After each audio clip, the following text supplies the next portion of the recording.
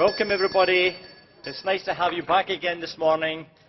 It's been a wonderful day and a half so far, and this morning is the final half day of the conference. We finished just after noon, and there's a few little pieces of housekeeping I want to mention. First of all, our little tinkle bell is still with us, calling you to chairs at the appropriate time. The name tags that you have, we have a recycling bin or bins at the back, so if you are leaving early and certainly at the end, please recycle. We do plan to use these again. Thank you so much. They've been planned for multi-year use. Now, it's really important, again, is Rob, Professor Schroef here, Bob, if you just put your hand up again so you know who you are. Bob used his business magic to enable us to identify the carbon costs of the conference, and they're fully offset, so this is now a carbon-free conference. We had planned this from the beginning, and we achieved our goal. We announced it at the beginning of last week. So again, congratulations to you, Bob. Thanks for doing that for us and sponsoring it as well. Because when you go carbon-free, it costs. You have to write a check to a not-for-profit that is trying to enable that. So it's not a cost-free thing to do. So very much appreciated. Also, as you know, we're trying to be as green as we can be. So we don't have any PDF. We have a PDF schedule on the website for your smartphones, but we don't have any printed versions of that, other than the little handout card that you've got, little bookmark. So if you're looking for detailed scheduling, just open up your smartphones, go online, and download the PDF. We have the same organization this morning. We have our plenary speaker, then we have an hour of a little break, and then we have the two rooms, breakout rooms here and next door, and then we come back for the final panel discussion at the end. It's really important for you, again, to recognize that we are streaming the conference online. This is going out globally. It's a really cool thing, and we're really pleased we've been able to do that. It's, by definition, then being recorded, so we can access any of this afterwards. And we're doing that for the plenary speaker and for the breakout speakers. So welcome for this final plenary presentation with Professor Mary Wood from the University of Oregon. I'm going to ask Professor Jane Moriarty to come to the podium to introduce Professor Wood. Thank you, Jane.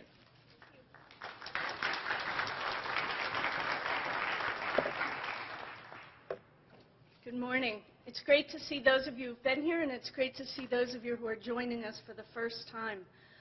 I would like to say one thank you before I start, and that's to Jerry McGill, who is the organizer, the leader of this conference, and the driving force. Yeah, this has been fabulous, Jerry, and thank you so much on behalf of all of us.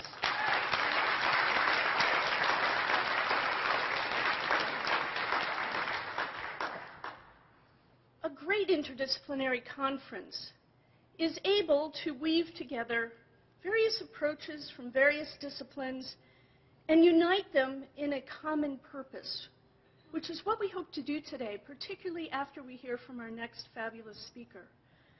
So far, we have heard incredibly compelling presentations from our science speakers.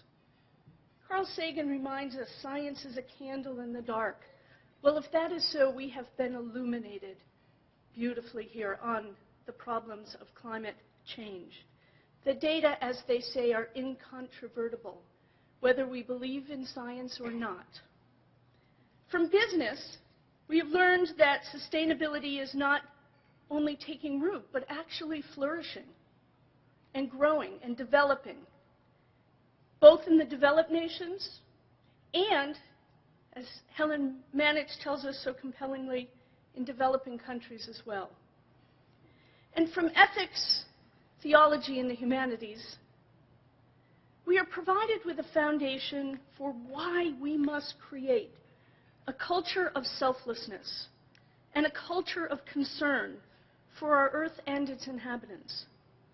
They have provided the moral exhortation for us, asking as we sit upon the shore with the arid plain behind us, shall we at least set our lands in order? And the piece that needs to be put into this puzzle to make it work, perhaps, is what we are going to hear from our speaker today. which is, what does law bring to this discourse? What is the role of lawyers? And I would say the role of lawyers is as the foot soldiers for change. We have the template of the civil rights action in the 60s to look at as how lawyers could effectuate change in a positive and meaningful way. As I like to say, in a civilized country, more lawyers, fewer armies. Law can provide the ways and the means toward our common purpose, and no one more than Professor Mary Wood can explain that to us today. So as I was getting ready to invite people, a law speaker, I first asked my colleague, Nancy Perkins, who's our environmental law guru and has written compellingly on the issue of sustainability, by the way. And I said, who should we invite? And she said, Mary Woods, of course.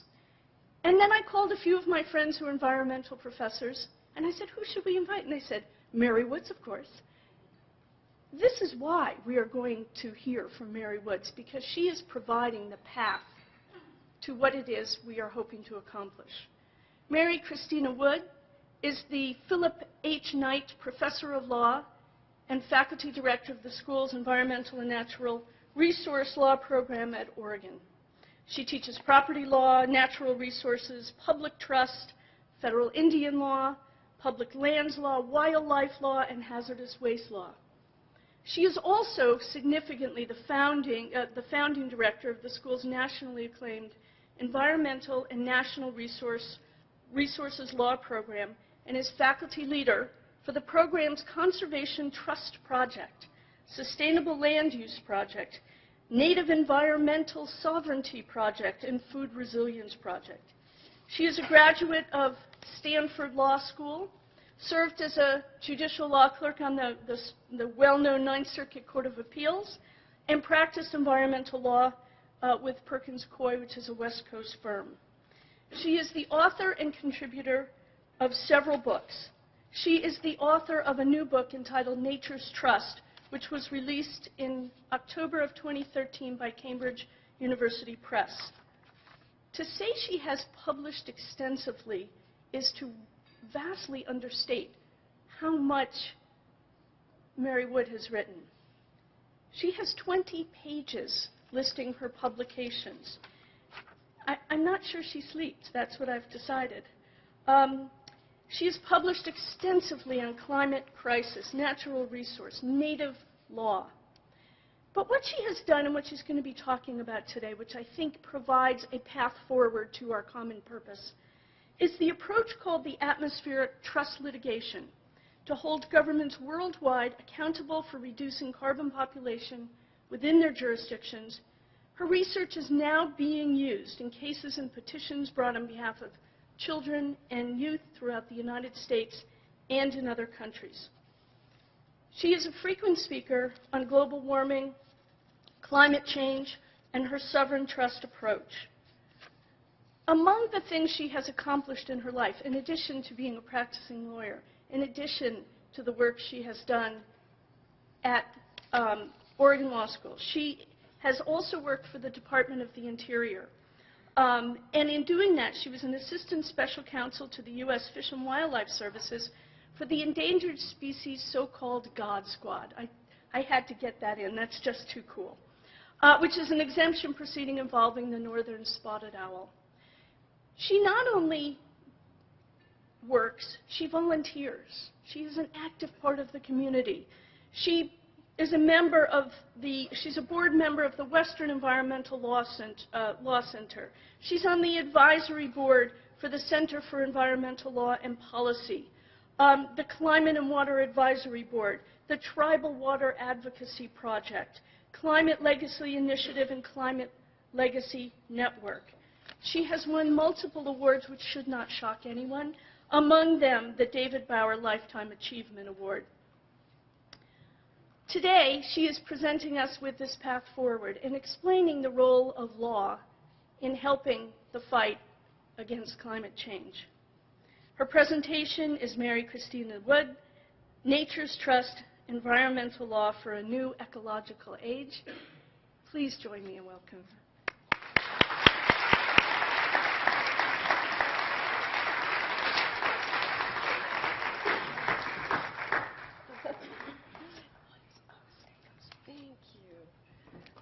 took my notes here. Oh, I took your thing. Sorry. Well, I am so honored by that introduction, and I am just incredibly honored to be with all of you here today. Thank you for having this very important conference at this crucial moment in time, and thank you, Jane, for those beautiful remarks. We find ourselves alive on this earth at a truly unbelievable moment in time as we face unfolding catastrophic harm on a planetary scale. I come from the West, where it's now bone dry and our forests are going up in flames. In his landmark encyclical, Pope Francis describes the spiral of self-destruction which currently engulfs us, and he makes an urgent appeal for a new dialogue to shape our common future. I am really honored to be with you here as part of that dialogue to provide a perspective from the field of law. Well, I've taught environmental law for over 20 years, and just a bit about that field. It contains statutes passed by Congress in the 1970s, such as the Clean Air Act, the Clean Water Act, the Endangered Species Act, and many, many others. And I'm here to tell you, America has no shortage of environmental law. Collectively, these consume thousands upon thousands of pages. And most lawyers look only to these laws for a climate response. But had these laws worked, we would not be facing climate crisis today. Throughout his encyclical, Pope Francis describes the destructive technocratic paradigm under which our modern society operates. This paradigm, he writes, is based on the lie that there is an infinite supply of the Earth's goods, and this leads to the planet being squeezed dry beyond every limit. The Pope urges us instead to create an ecological culture that puts us in cooperation with nature. And as part of that, he does call for a new legal framework that, quote, can set clear boundaries.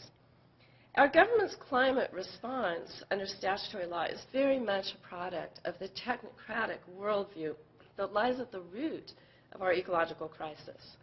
In my time today, I will share thoughts on the dysfunction that plagues our current system of law, and I will describe a different paradigm called nature's trust, that I call nature's trust, which invokes the ancient public trust principle that I believe can promote ecological culture in a way that our statutes fail to.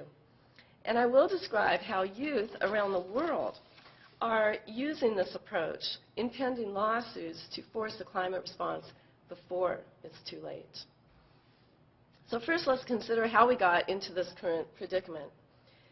The existential threat that we now face did not just materialize out of nowhere.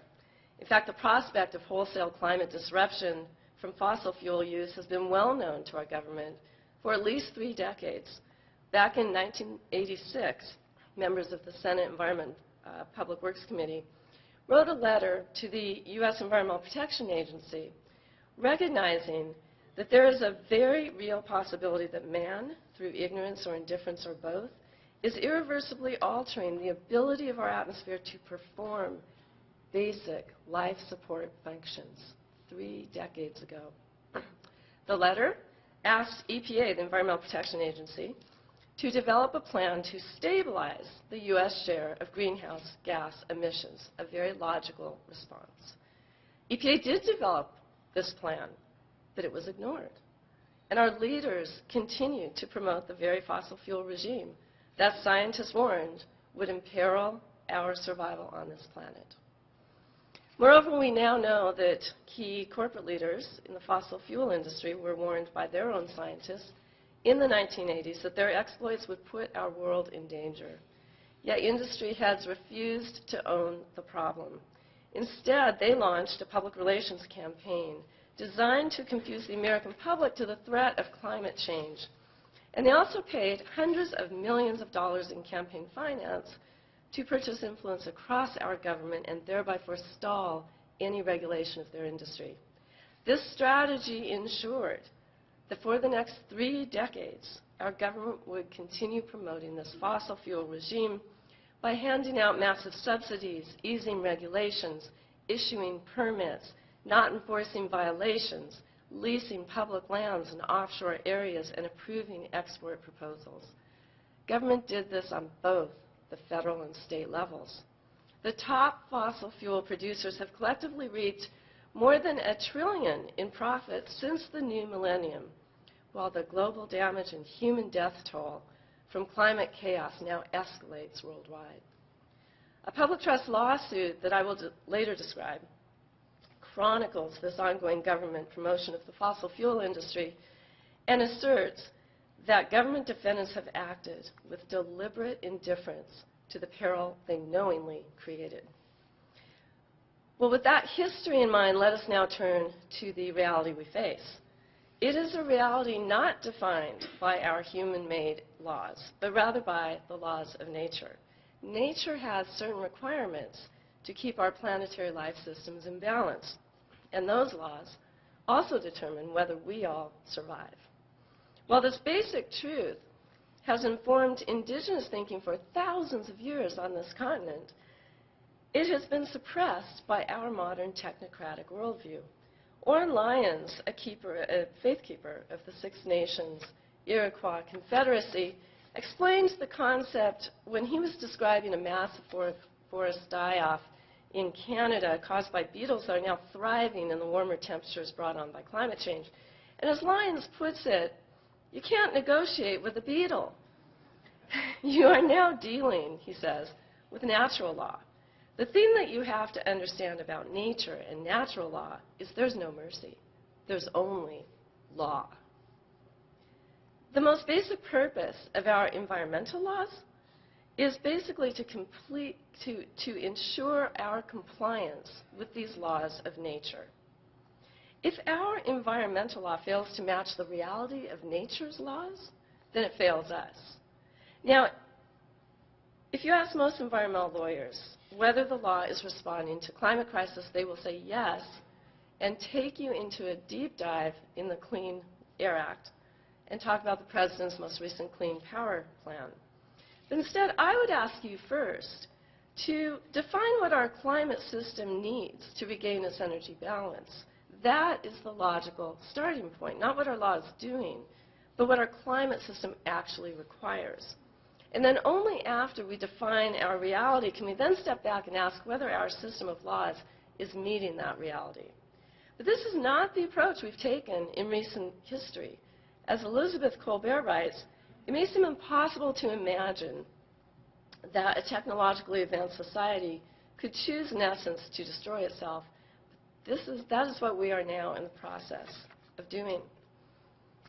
To answer the question of what our climate system needs to regain its balance, we need to turn to carbon math.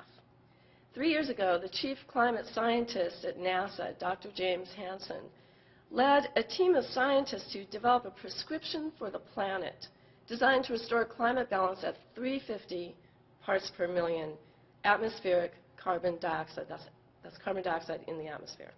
350 parts per million is widely thought to be the upper safe limit of pollution, and it correlates to about 1.5 temperature rise Celsius. But as many of you know, we are now in the danger zone with CO2 levels climbing over 400 parts per million. The scientific team set a pathway of global emissions reduction amounting to 7% annual emissions reduction across the globe to get us back to 350 parts per million by the end of the century. And that reduction must be coupled with reforestation and soil measures to draw carbon down out of the atmosphere. Now, this 7% annual reduction is not a figure set by our politicians. I have yet to see President Obama or any official in this country even ask what the climate system actually needs to restore balance. Instead, their starting point is what they think the politics will yield. And that calculus is largely still controlled by the very industry that has put us all in peril. Well, the carbon math I presented is not static. It's math in a minute glass. This number, 7%, gets higher, and therefore our energy descent steeper every single day we delay. Had we started back in 2005 Scientists say that we could have cut our emissions just 3.5% a year in order to restore climate balance by the end of the century. In just 10 years of doing next to nothing, that 3.5% has climbed to 7% for this year.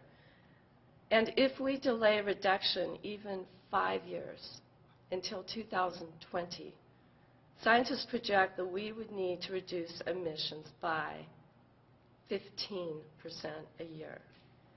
And that may not be possible for global society to accomplish. So you can see that further delay will foreclose all other options than geoengineering, which is a truly terrifying prospect. What drives this time frame is nature's own tipping points. These are points of no return that would cause climate change to run completely out of our control. They exist because of several feedback loops in nature, such as the carbon bomb ticking in the vast permafrost spanning Siberia and Alaska. Our pollution has already heated the planet enough to start this permafrost melting. You can see the ponds forming. Well, if this melt really gets going, it would swamp our atmosphere with almost unfathomable amounts of greenhouse gases. And so now many of you are probably saying, well, we know all this. This is science. I thought she was supposed to talk about law. I am talking about law. This is the supreme law. Well, the point scientists make is that if we push this system too far, there's no coming back to safety, even if we subsequently reduce our emissions to zero. And there's just no way to sugarcoat this. Delay essentially locks the door on this heating planetary greenhouse that we've created, and it leaves our children and their children trapped inside to suffer deadly consequences that are quite foreseeable today and were quite foreseeable 30 years ago. Dr. James Hansen has warned failure to act with all deliberate speed functionally becomes a decision to eliminate the option of preserving a habitable climate system. Well, with many problems in society, lawyers take and others take a slow, incremental approach and see what works and they build from there, and that's advisable. With climate crisis, we have utterly run out of time. The danger that has smoldered now for decades has erupted into mind-blowing urgency. And so our legal approach must match the carbon math that nature imposes. If we fail to reduce our emissions enough, if we make some progress, but not enough, it won't matter that we tried very hard. A rescue rope that is too short is no good at all. As Winston Churchill famously said, it is not enough that we do our best. Sometimes we must do what is required. So when you go around and people say, well, at least some things are happening, stop yourself right there and ask, will you do the carbon math? The crisis requires rapid transition from fossil fuels to a fossil-free economy powered by safe, renewable energy. And this involves every sector of society. It can be done. That's the good news.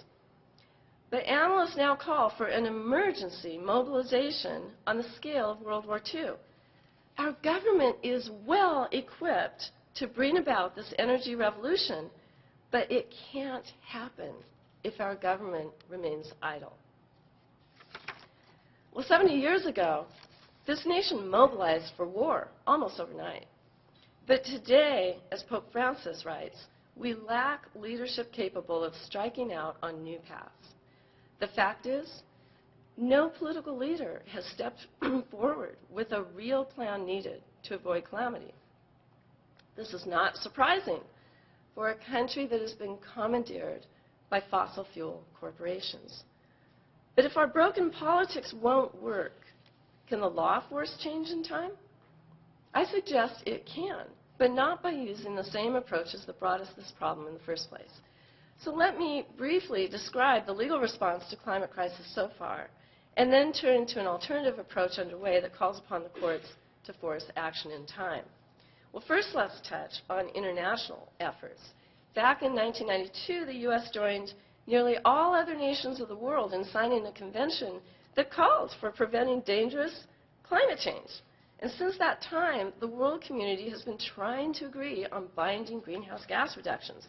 The Kyoto Protocol of 1997 made some progress, but the U.S. never signed it. And many nations that did sign on have not met their commitments. For decades, we have seen serial failures in international climate negotiations.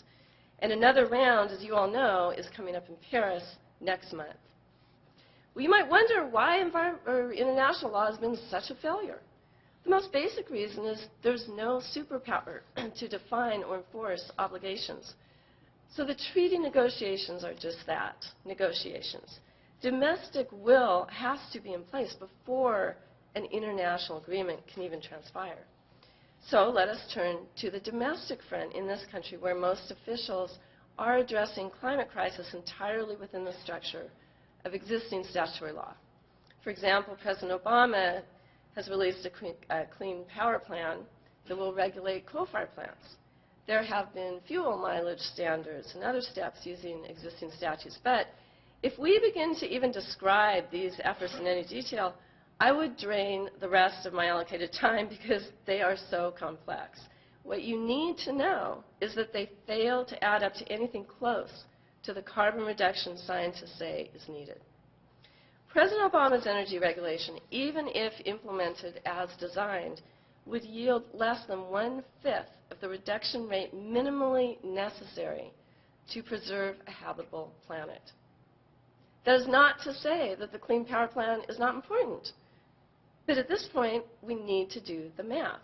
And in that vein, we can't just look at the regulatory side of the Obama energy policy and ignore the other side, which aggressively pushes fossil fuels. The U.S. now produces more oil and gas than any other nation in the world. President Obama has opened up the public lands in the West for coal mining. He's opened up the Arctic and the eastern seaboard for offshore drilling. He promotes fracking all over the country. And in the Pacific Northwest, his administration has pushed over a dozen major export proposals to deliver fossil fuels from our country over to Asia. As one reporter says, this administration is on a drill, baby, drill course to increase production in every way imaginable on U.S. territory. And so while President Obama said in Alaska last month that our continued pollution, quote, will condemn our children to a planet beyond their capacity to repair, end quote, he is also taking a role in bringing about that very nightmare. And it is not as if he hasn't been told. A few years ago, his Secretary of Energy, Stephen Chu, told the LA Times, I don't think the American public has gripped in its gut what could happen. We're looking at a scenario where there's no more agriculture in California. I don't actually see how they can keep their cities going either. A few years ago, Richard Heinberg captured our situation when he wrote, the scale of what is at stake runs straight off the charts.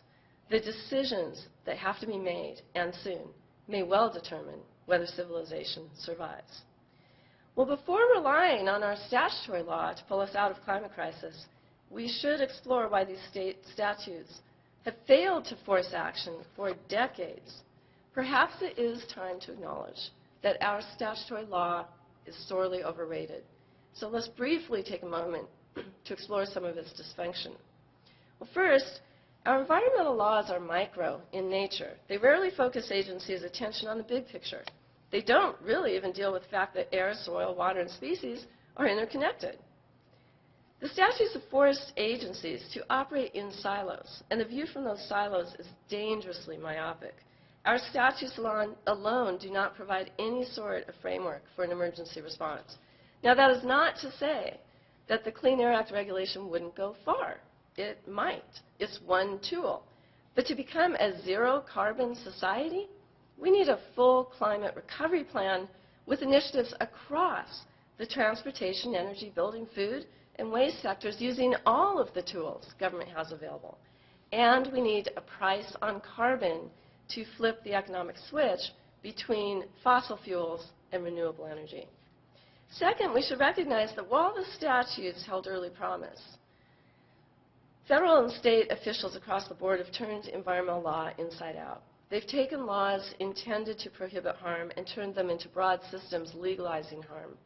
All of the fracking, offshore drilling, mountaintop removal, strip mining, and pollution spewing from stacks across this country, all that has been made legal under environmental statutory law. The current law gives agencies vast discretion to issue permits, and discretion acts like a magnet for industry influence. It is well understood that after prolonged political pressure, agencies become captured by the very industries they are supposed to regulate. In a captured agency, government officials view industry as a client they must serve. There are many, many good people working in government today, but even the most well-intentioned find themselves caught in this political cage. Moreover, within the political frame that now controls our environmental law, the burdens of pollution and resource damage fall disproportionately on the poor, those who have little or no voice in the dominant political system. There are countless communities in this country invisible to privileged society that are engulfed by waste dumps and chemical plants. These are like modern death camps for powerless residents who are all but sentenced to cancer from daily toxic poisoning. The environmental agencies legalize all of this, and the political frame treats it all as a legitimate outcome. A third shortcoming of the statutory system is that it is a statutory system. It fails to manifest fundamental constitutional rights. The statutes are created by Congress, and what Congress gives, it can also take away. So the next election could, well, roll back any progress made under statutory law. In order to hold legislatures accountable, the citizens need to have a constitutional grounding to their legal approach. A fourth deficiency is that our statutory system does nothing to address the consumption and waste that drives ecological damage. As Pope Francis wrote in the encyclical, society is gripped with a disordered desire to consume more than what is really necessary. The statutory laws of this country were born out of the technocratic state, and they reflect its assumptions. Rather than question the industrial practices that drive society towards collapse, our statutes only deal with the symptoms of the economic industrial age, primarily by requiring technology controls on pollution. These controls run a very nuanced gamut from, I'll give you a few legal terms, from best control technology to best available technology to best available control technology to best available control measures, best available demonstrated technology, best available retrofit technology, best demonstrated achievable technology, and many, many others. Those are all legal requirements. Do you see the obvious distinctions between those? Yeah? And yet, despite all of this technology, today, nearly all streams in this country are laced with toxic mercury, and American babies are born polluted with a cocktail of toxins already in their bloodstream. Fish advisories for toxic contamination are in effect for 1 in every 4 rivers in the United States. But rather than phase out permits to pollute, EPA's solution is to issue more and more fish advisories warning people not to eat fish. In fact, to remind you of the need to consult fish advisories before you eat your catch of the day, EPA offers this complimentary magnet for your refrigerator with a little blue fish that says with a smile, "Fish for your health." But then it warns, some fish may be high in contaminants. Use EPA's website to contact your health department about local fish advisories. So the great family tradition of going out to fish has boiled down to an exercise in Googling toxins. And a final shortcoming is that our statutory system has left the public behind by creating stifling complexity. Agencies use a vocabulary of acronyms that blather an alphabetic mix meaningless to the public. A mother protesting a toxic facility near her children's school, for example, might find herself having to speak in terms of ARARs, MCLs, NESHAP, SIPs, MACT, BDACT, and BACT. Do you know what those mean? Few incoherencies impede democracy more so than the utter lack of accessible language by which citizens can hold their government officials accountable. And these acronyms also scour all moral implications from the law. Actions that might well be described as relentless assaults against a community or reckless endangerment of innocent children all succumb to an antiseptic terminology of our technocratic regulatory system. For decades now, this dehumanizing jargon has sedated the public to the mounting threat of ecological collapse, to the extent that now society's most destructive inclinations gain acceptance as if they are normal. Well, citizens are finally waking up to recognize our government's misuse of the statutes. Peaceful protests are growing all across this country, and in my region, they're directed against the fossil fuel export proposals that stand to be permitted under these environmental laws. Citizens have blocked railroad tracks and turned back oil trains. They've surrounded Shell oil drilling rigs with their kayaks on Puget Sound and Portland Harbor. They've blocked huge trucks carrying megaloads of equipment to the tar sands of Canada. This is not some fringe movement. This is a rising tide of citizens across the country who feel compelled to stand up against government policy that endangers their children. And to me, it indicates that our system of statutory laws is disintegrating. So we're going to turn the corner now and talk about another approach. But I want to end this discussion of statutory law by saying in my book, I describe it as the cane upon which humanity leans as it walks the plank towards its own destruction. And yet I do want to be very clear. I'm not suggesting that we throw out our environmental laws. These laws do provide many of the tools we need to achieve rapid carbon reduction. The problem lies with the larger frame in which these laws are administered. We have looked to statutory law as an end-all solution. And as Pope Francis urges, we need to recognize the root problems that push us towards destruction. This is a much bigger problem than environmental law. Our crisis mirrors an anthropocentric worldview, a corporate culture of sheer greed, and an individual code of conduct that walks through daily life oblivious to the consequences of consumption. The challenge is to create a full paradigm shift across all realms: legal, economic, social, and moral. Pope Francis calls for nothing less than a transformative ecological culture, a way of thinking, a lifestyle, and spirituality, which together generate resistance to the assault of the technical paradigm, he writes. So let us now turn our attention to a legal frame that may help answer this call. I call it nature's trust. As a concept, it starts with the laws of nature and works to develop a legal framework coherent with reality. The paradigm of nature's trust builds from a principle called the public trust doctrine. Now, this isn't some new principle. It is on the shelf waiting for you to grab it and pull it down and use it. It's not something we're making up here today. It's there, but it's not in the realm of statutory law. This doctrine voices the universal wisdom essential to human survival and social stability. It requires government to protect crucial natural resources for all present and future generations as an enduring trust, or perpetual endowment, so to speak. The public trust doctrine traces back through court cases to the very beginning of our nation, but its true origins reach far deeper.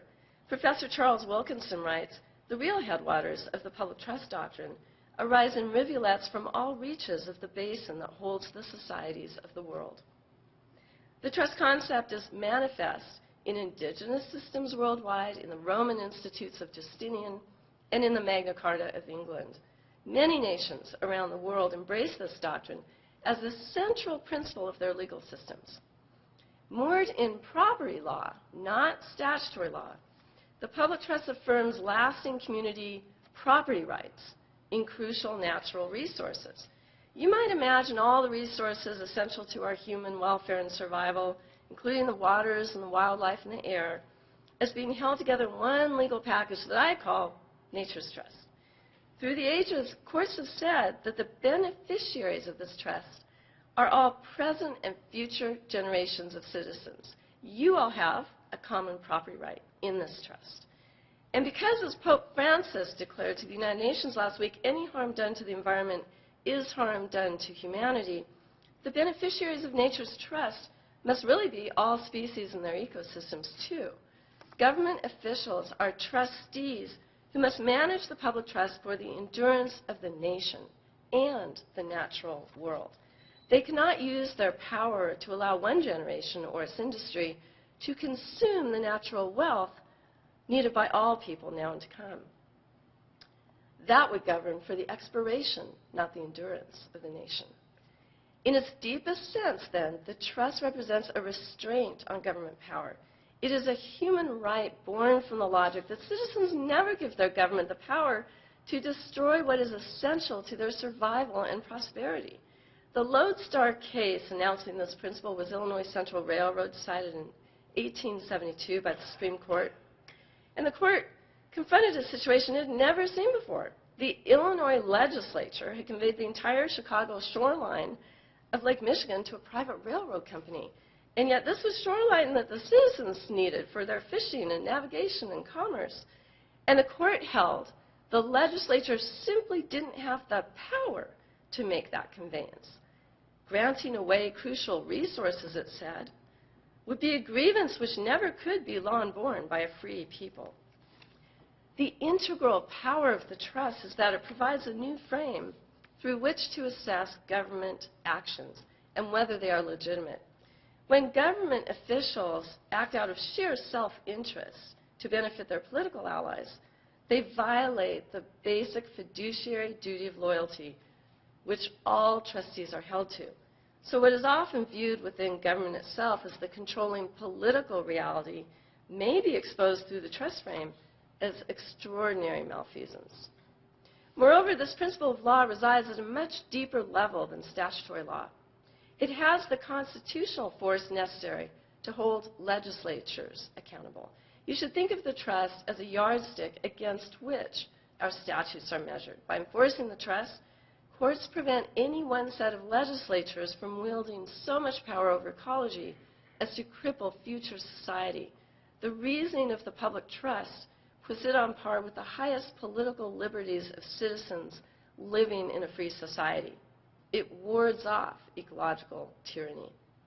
Well, nearly 2 years ago, the Pennsylvania Supreme Court invoked the public trust to overturn a statute passed by your state legislature to promote fracking. Chief Justice Castile applied the public trust as a constitutional principle to protect the ecology supporting your communities. He declared that citizens hold inherent and indefeasible rights that are of such general, great, and essential quality as to be ensconced as inviolate. That is a historic landmark opinion rendered right here in Pennsylvania. The constitutional public trust imposes obligations on government that you see stand independent of statutes. Primarily, the government must protect your trust resources. This is so basic. You would not allow your trustee to bankrupt your trust. Looking always to nature's requirements, trustees must prevent substantial impairment to trust assets. That comes right out of the court cases. And courts make very clear that this duty of protection is active, not passive.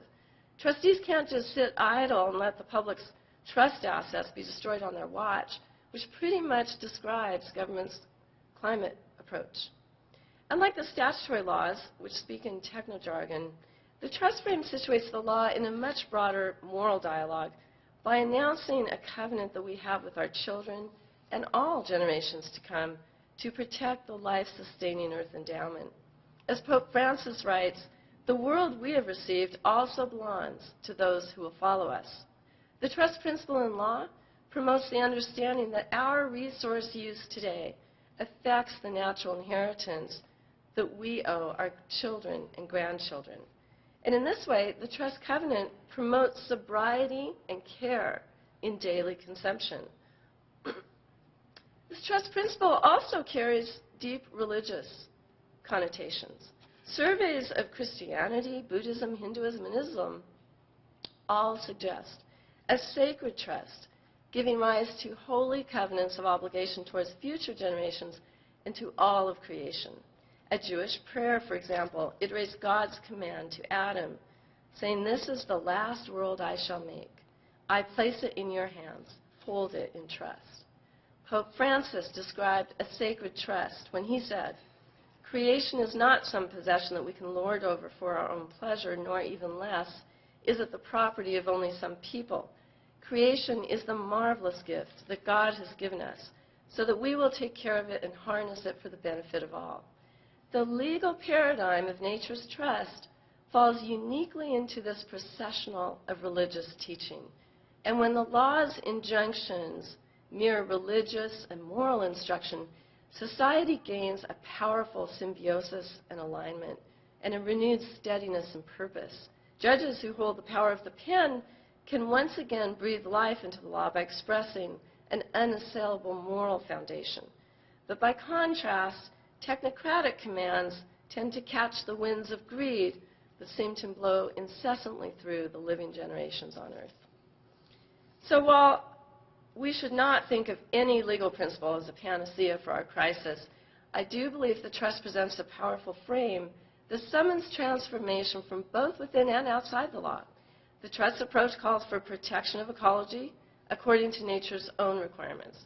It directly confronts the permit system that favors politically powerful interests. It presents constitutional rights. It makes a moral call to measure our own consumption against our children's inheritance. And it has the galvanizing logic and populist manifesto that can stir the public once again to protect our common home. And on the international level, at a time when climate negotiations seem incapable of success, the public trust offers clear principles of reciprocal obligation that are recognizable to nations throughout the world. The atmosphere is a planetary trust asset held in common by all sovereign states who must jointly act as co-trustees, and each subject to a fiduciary obligation to protect our climate system. So we don't have to make up something new to address our climate crisis. The premises are already there, but they have been utterly lost in the modern era of statutory law. Everybody dealing with climate gravitates to statutory law in government. I'd like to end my remarks by describing a global legal campaign called atmospheric trust litigation that invokes this public trust to force an urgent climate response. Well, atmospheric trust litigation, which I call ATL, was launched 4 years ago by the Eugene-based nonprofit Our Children's Trust.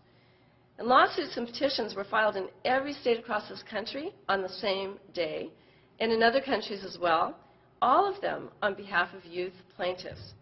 This approach was born from the reality that the climate problem needs a macro response tied to the actual requirements of nature. So the idea is to push through litigation an integrated framework of carbon reduction before it's too late. This litigation asserts a very simple premise, that youth hold a constitutional public trust right to inherit a stable atmosphere necessary for their survival. And trustees worldwide must prevent substantial impairment of the common trust property, the atmosphere. So that duty boils down to carbon math that I explained earlier. All the cases demand that the federal and state trustees produce carbon recovery plans that will carry out the percentage annual reduction in their own jurisdiction. And what percent is that this year? What percent is that this year? This is something we need to know. 7. The courts are not asked to develop these plans. That's the trustees' job, after all. But courts can force the trustees to simply do their job and devise a plan and then implement it under the court's continuing supervision. So it's not a usurping role for courts, but rather a supervisory role. And courts have played such a role many times throughout history, including in the civil rights era.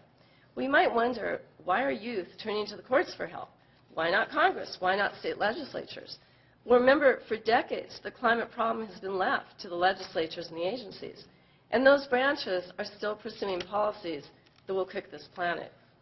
We have 3 branches of government, not 2. The Founding Fathers created the 3rd branch for a reason, to safeguard the fundamental rights of citizens. Courts are a last resort, but a resort nonetheless. So at this 11th hour, we need our full government to focus strategic attention on the climate emergency. Federal and state judges can order swift injunctive relief with one signing of the pen that brings focus to the chaos of our political situation. But without such intervention, will our politicians take urgent action against the very corporations that fund them? A few years back, the President's science advisor told the world the current situation of the world in relation to the climate problem is that we're in a car with bad brakes driving towards a cliff in the fog. We really should imagine the world's children trapped in that car. Do we not want a police officer to stop that car before it plunges over the climate cliff? If we say that courts have no role in this emergency, we must also be willing to take ownership of the conclusion that flows from that scenario. Well, the ATL cases are now moving through the legal system, and NASA scientist Jim Hansen says that judicial relief in these cases may be the best, the last, and at this late stage, the only real chance to preserve a habitable planet for young people and future generations. But some of the early cases were dismissed by judges who said that climate crisis was a problem for the other branches, the agencies and legislatures. Well, how right that is. The point is that those branches are shirking their duties. We cannot solve our climate crisis by continuing to treat it as a game of hot potato. More recently, as climate headlines worsen, judges are stepping into their role. Just 2 months ago, 2 landmark victories were handed down in different parts of the world within a day of each other in climate cases brought by citizens against their government. In the Netherlands, the court found the Dutch government's climate action plan was wholly inadequate to meet the scale of the threat, and it ordered the government to slash emissions 25% within 5 years. 5,000 miles away in Washington State, a judge handed youth a victory, even though they had sued their governor. This is Governor Inslee with the plaintiffs that sued him. And that court said the government must take adequate steps. And yet, in another case decided in Pakistan just days ago, the court ordered the government to take climate action according to time frames set by the court, and said that the delay and lethargy of the state offend the fundamental rights of the citizens. Well, similar atmospheric trust cases are teed up all across this country and in a growing number of other countries as well. And one was filed just 2 weeks ago in this state by Our Children's Trust and the Widener Law School Clinic on behalf of 6 Pennsylvania youth against Governor Tom Wolf and several state agencies. Pennsylvania young people, this is your case, and this is one of your plaintiffs. You can support this case in tangible ways, if you want to, by connecting with Our Children's Trust. These cases across the country are gaining momentum. The point to be made is that civic action in response to this emergency doesn't just mean voting or writing letters to agencies and Congress. Sometimes it means suing your government. Well, the youth of this world now need the judicial dominoes to start falling in their favor and falling fast enough to meet the deadlines set by nature. There's a huge and historic case against President Obama and his multiple agencies now being briefed in the Federal District Court of Oregon, and that famous climate scientist, Jim Hansen, is actually a plaintiff in the case with his granddaughter, and he is plaintiff representing, as guardian, future generations of humanity.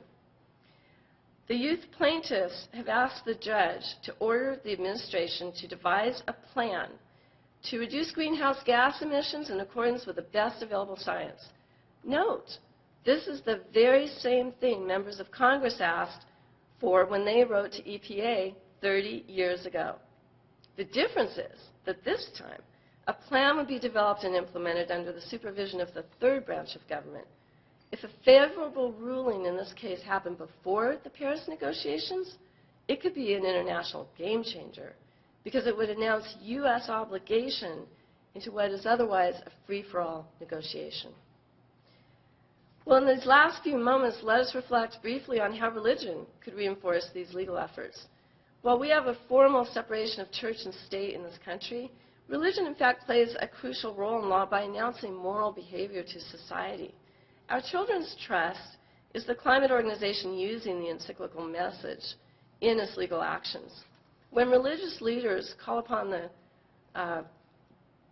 all to protect God's creation as a sacred trust, and when that appeal parallels the secular duty ingrained in public trust law, that powerful pairing may embolden judges to rise to their historic role.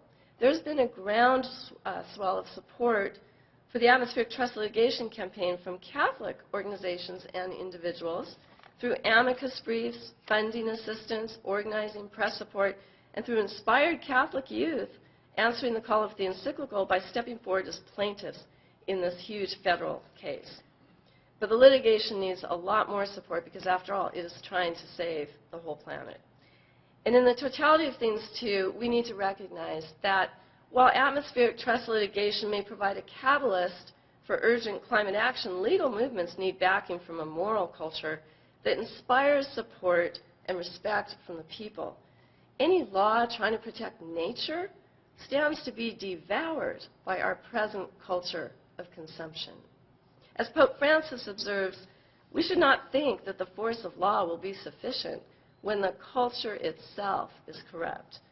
But if the Catholic people of this world and other people of goodwill answer the Pope's call for a true ecological culture and model the same frugal dignity that Pope Francis does in his daily life, they may just form that critical mass needed for society's great cultural transformation before it is too late.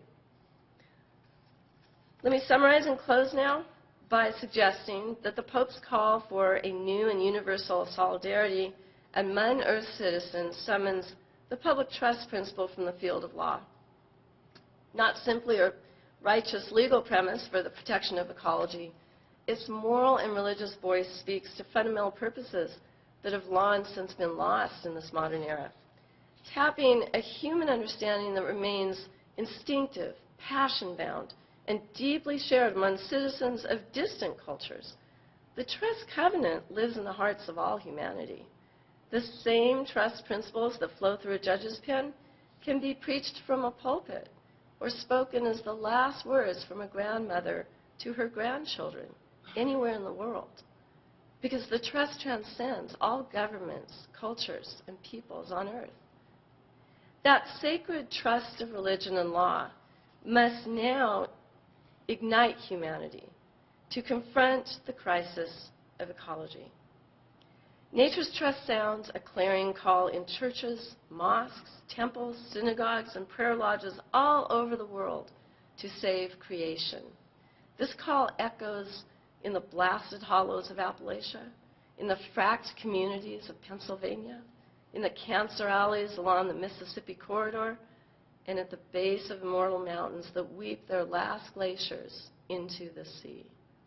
It summons people of faith everywhere to rise up and defend the holy sanctuary of earth, and in unison to assert not the power of life, but the trust of life. Thank you very much.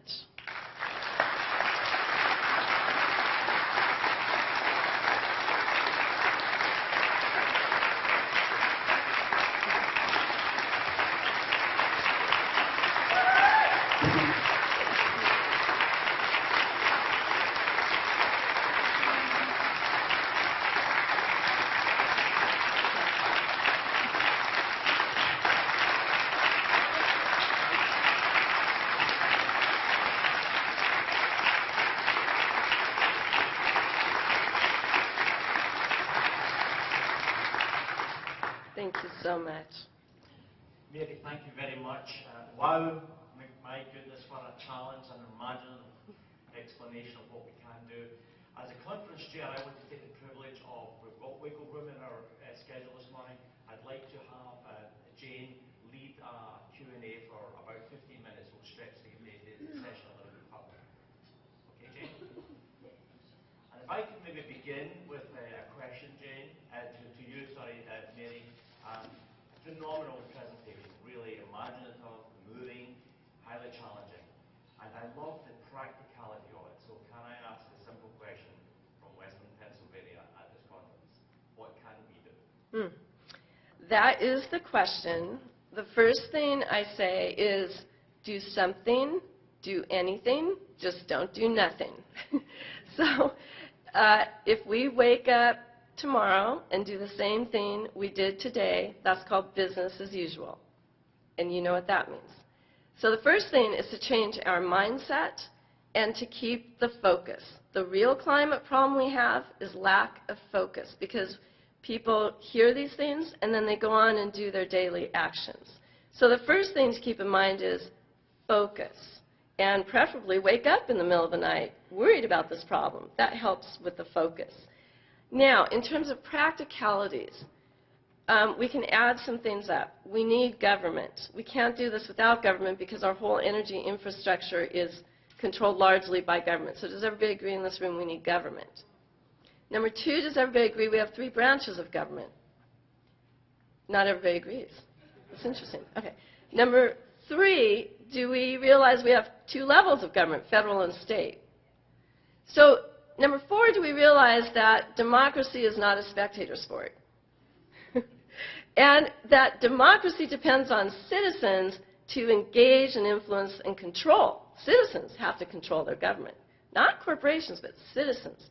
So if we believe in those 4 things, then the next task is for us to figure out, with our focus, how we wake up tomorrow and what we choose to do with our time to solve this crisis. Now, I'm going to get to the practicalities, but let me first warn you. A lot of people turn away from the crisis because they know that the world, they know they can't save the world. And so they wake up tomorrow worried but distracted. That's a big problem. That's a focus problem. Because they know they can't save the whole world, so they don't even try to do their part. Let me tell you, you can't save the whole world alone.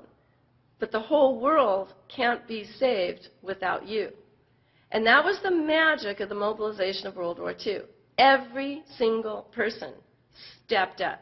School children, people in churches, nurses, doctors, whatever anybody's role was, whatever they were talented at, they stepped forth and they used that to this end of finally achieving peace. So that's what we've got to do. And while I've talked about law and citizenship, I do want to say some of you may have other talents that you can use. We could really use a good battery these days. So engineers in the room, focus on that. But keep your focus. Now, as citizens, with these three different branches and 2 different levels, what I have tried to impress upon everybody is that while most people gravitate towards their legislatures and sometimes agencies, there is only a brief moment of time to turn the situation around. And I believe that will require, and I cannot emphasize enough, I believe it will require the 3rd branch of government, the court. If we went back 20 years, we would have been focusing on these other branches. But if we have to achieve this 7% reduction per year globally, which we can, it will take focus on the part of government. You can write all the letters you want to Congress, and I think you should. But those letters aren't going to provide what? Focus. Now, if there's a court injunction that forces the other branches to simply do their job and create a climate recovery plan, that provides the focus needed. The court doesn't write the plan. It forces the other branches to do their work. And so, if you want to support this litigation, that is supporting this 3rd branch of government, know that there are cases teed up in every single state, and this one in Pennsylvania. The Pennsylvania case to ATL is like Iowa to the national elections. This case is huge. Do you know why? Because it was your Supreme Court that announced this incredible constitutional underpinning of the public trust 2 years ago. Everybody is looking to your state and your public trust case that's been brought by youth plaintiffs. How do regular people support that? I mean, don't lawyers just go to court and you just sit back and watch the outcome? No. Judges need judicial courage to resolve these cases and order a plan. Where do judges get judicial courage? Judges are people. They're very isolated people, I warn you. They're very isolated. You can't just go lobby a judge and show up and say, hey, judge, I want to have a meeting with you. I think this case should come out this way. Do not try to do that. But judges are people. They need judicial courage. How do you influence this?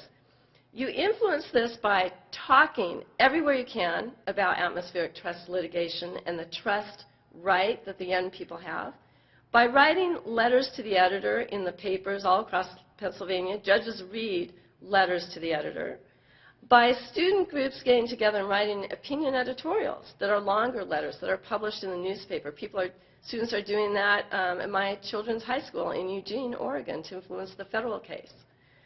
By bringing groups together, as Catholic organizations have done, to submit amicus briefs. These are briefs written by organizations or professionals. They're called friend of the court briefs or amicus briefs.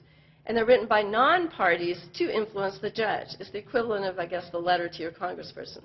So that's incredible. When Catholic organizations get together, as they have done in some of this litigation, to write amicus briefs supporting the litigation, the federal district court case, even though it's all the way over in Oregon, could really use some amicus briefs by Catholic organizations. Those are some tangible ways, but just simply talking about it, gets around town, gets it across in the culture of expectation that citizens have in their local democracy.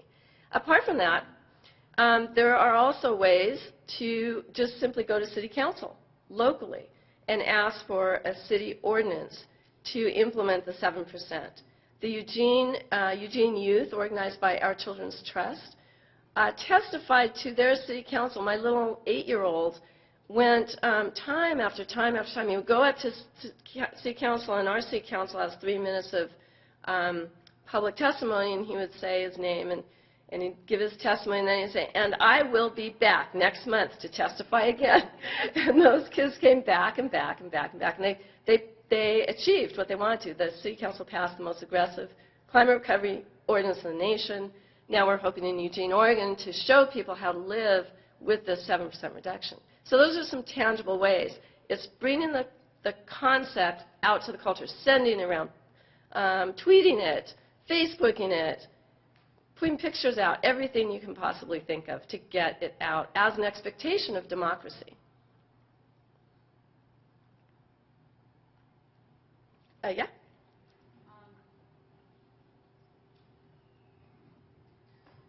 And strategic. I work a lot in energy infrastructure in developing countries.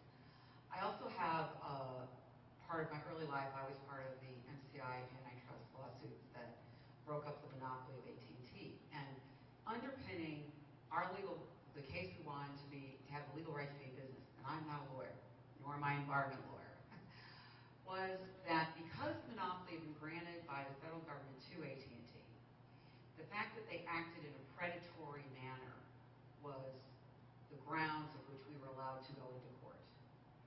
And as you were talking, I was thinking both of the numerous ways in my business career that I've used antitrust and racketeering, and have used the courts of Northern Virginia, Eastern District, Southern District, New York, and Chicago. Those federal dockets are rocket dockets. And I've also used a tactic of, I'm not going to worry about a lot of discovery because what I got here, I got here. So you want to carry out a long discovery? I don't think so. Now that's been obviously company to company. But I'm wondering, I mean, I may be very naive because I really don't know this area of law or the area of law that you're suing on here. But might aspects of predatoriness and racketeering, that is, people who are breaking the law who have the same predatory impact over here. Okay, so let me address this question and comment. First of all, let me clarify, I'm not a lawyer in this litigation. I talk about a lot, I write about a lot, but I'm not a lawyer in the litigation, so just to clarify that. Now, you should know, this should give you some hope, but it should not slow you down. It should speed up your efforts. You should know that there is momentum in all sorts of quarters right now in the law and outside of the law. It is incredible. I've never seen so much momentum. It is as if we're all pushing this huge rock up the hill, and we're gaining. But rather than some people say, oh, well, it looks like it's going well, I'm going to go take a vacation, that's when you need to bring up others to push the rock over the hill, because there's actually a chance now. 2 years ago, I was thinking there wasn't. One of the areas of momentum is this idea of racketeering. Leading scientists of the world have now called upon the Justice Department to start an investigation into potential racketeering charges by the fossil fuel corporations, particularly Exxon. Because that first slide, one of the first slides I showed you was that letter to Congress, and then I said they manufactured doubt and they knew 30 years ago. That just came out last week, that they knew 30 years ago. It was an investigative report by Inside Climate News. You can look it up on the internet, read all about it. There's a 3-page summary. And that may well provide the basis for racketeering charges. Now, that is in play. Divestment. There are entire movements to divest universities from their fossil fuel holdings and divest companies and churches of fossil fuel holdings. That is a huge bruise to the industry. If you understand what has to happen, we have to go from fossil fuels to safe renewable energy within a very short period of time. So it's going to take all these areas of momentum. Students are very engaged in divestment, and that is a very productive use of your time as well. The reason I focus on ATL, atmospheric trust, is because I talk to citizens. I don't usually talk to expert lawyers in racketeering. However, because you are here, I would highly recommend you look into it and offer your help and your expertise, because these lawyers, you may know something they don't. Right now they're focusing on New York, but that's obviously your calling. Okay. Yeah, and for public defenders, I must say, there's a lot of people who are looking at court cases because they sat in front of an oil train peacefully. Most environmental law professors now say without peaceful, and I emphasize peaceful, civil disobedience, there won't be pressure on government to accomplish what it must. And so public defender types who are not environmental lawyers, they have this special expertise in defense. So, yeah. Yeah. I'll go to another table next, I promise. Richard Miller, Creighton University. I just finished Naomi Klein's book, and it was news to me, the power of, basically the one that kind of caught me was in Canada, that when Canada, indigenous people preserve this idea that the treaties among indigenous people were based upon the fact that their lifestyle, their worldview of fishing, hunting, a preserved environment was necessary, must be upheld to uphold the treaty. And basically she suggests that indigenous peoples hold great power for at least blocking things in the short term. I wonder if you could speak to that. Yeah, I teach federal Indian law, and let me tell you, we wouldn't have this problem if federal Indian law were just applied by the courts. The treaties protect the Indian way of life here, too. They are property rights. There's a trust obligation that's called the Indian Trust Obligation towards tribes to protect their unique lifeways and property rights.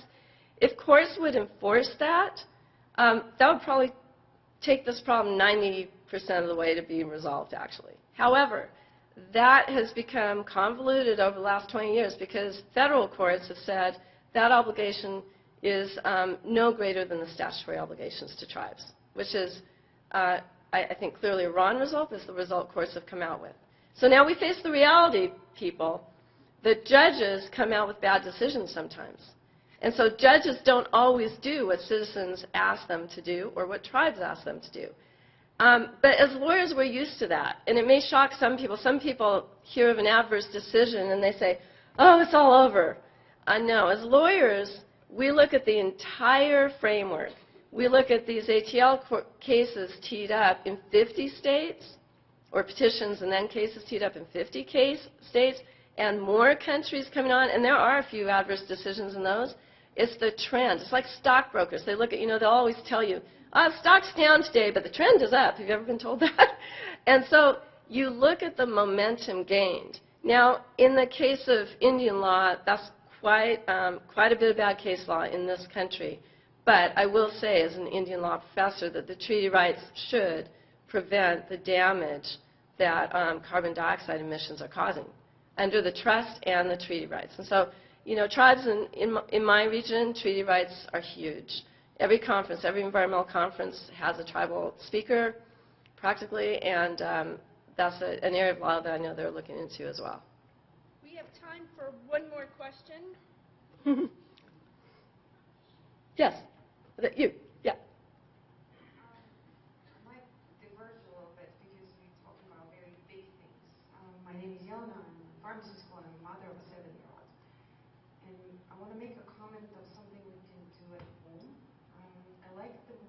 frugal very much. I grew up in a very poor country.